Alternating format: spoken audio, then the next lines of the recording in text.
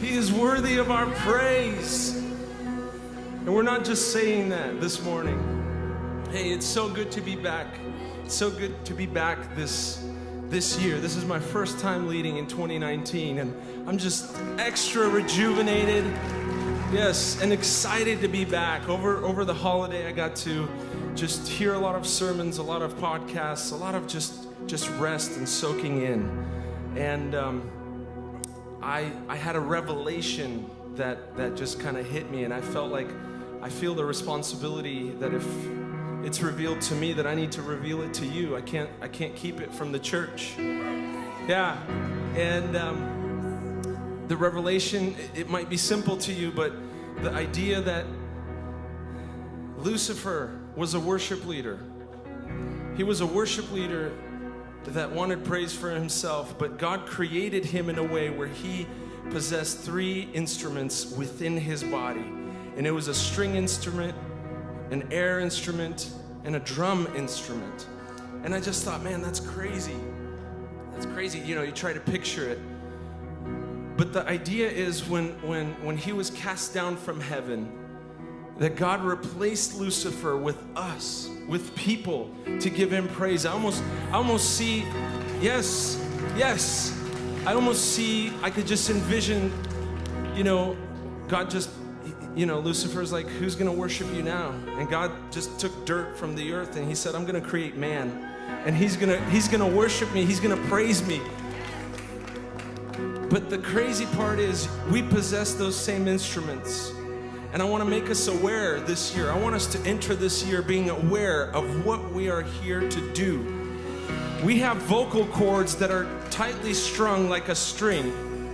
We have an air tube that uses the air instrument. In church, we have these 2 hands that are our drum of worship. We are created for His worship. We are created with instruments to express our worship. Church, this year I want us to go into 2019 expressing our worship.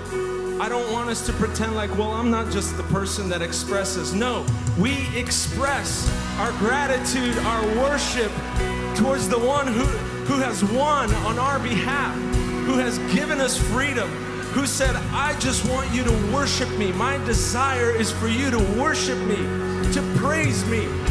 We don't stand still. We don't keep our mouths closed. We praise the King of Kings here at Bayside of Citrus Heights. I want to declare that over our church this morning. No matter what you got going on, if you're feeling it or you're not, you're created to worship Him, to lift up your praise. Come on, we sing. Yeah, come on. All the earth will shout your praise. Our hearts will cry, these bones. Come on, sing it out. Great are you, Lord. All the earth will shout your praise. Our hearts will cry, these bones will sing.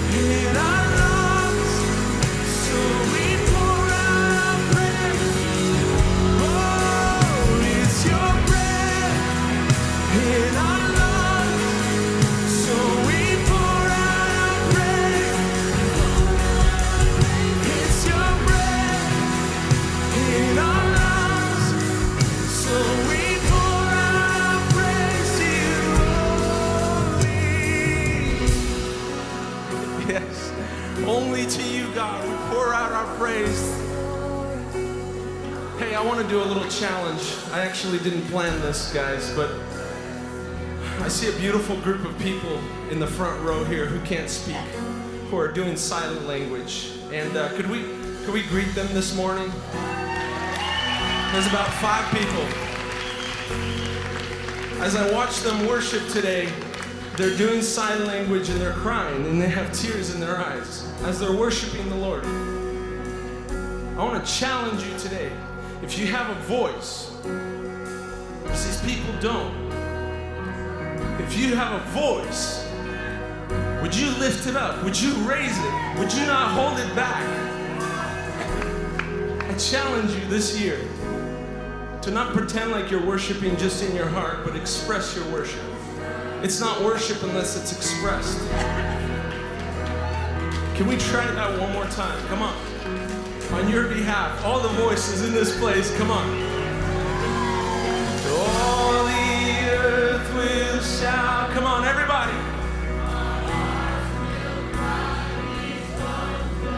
Come on.